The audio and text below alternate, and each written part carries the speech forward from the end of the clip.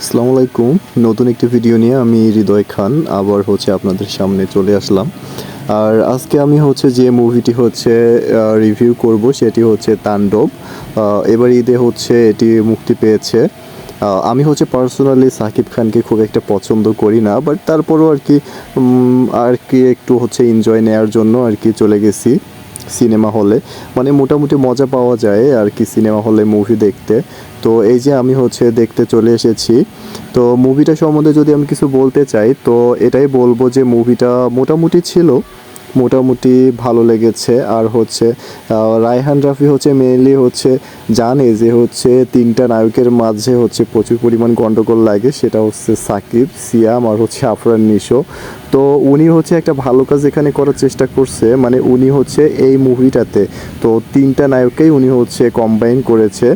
মানে একটু একটু করে এন্ট্রি ছিল আপনার সিয়ামের, তারপরে আফরান নিশোর এন্ট্রি ছিল, যেটা মানে পাবলিক যেটা মানে প্রচুর পরিমাণে এনজয় করেছে, মানে ওদের যে এন্ট্রিটা ছিল। তো সিয়ামও একটা শর্ট যে অভিনয় ছিল তার মানে প্রচুর প্রচুর ভালো করেছে। আফরান নিশো প্রচুর ভালো করেছে। তো আপনারা কিছু ক্লিপ আমি দিচ্ছি, আপনারা দেখেন।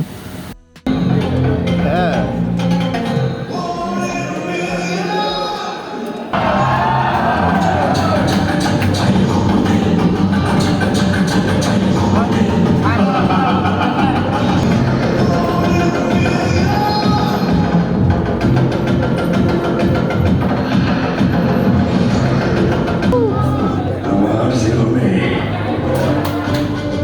বেঈমানের কোনো জায়গা নাই। আমার জীবনে এই যে আমাদের মোটামুটি মুভি দেখা শেষ। আর মানে কি পরিমাণ যে গরম ছিল, প্রচুর গরম ছিল সিনেমা হলে।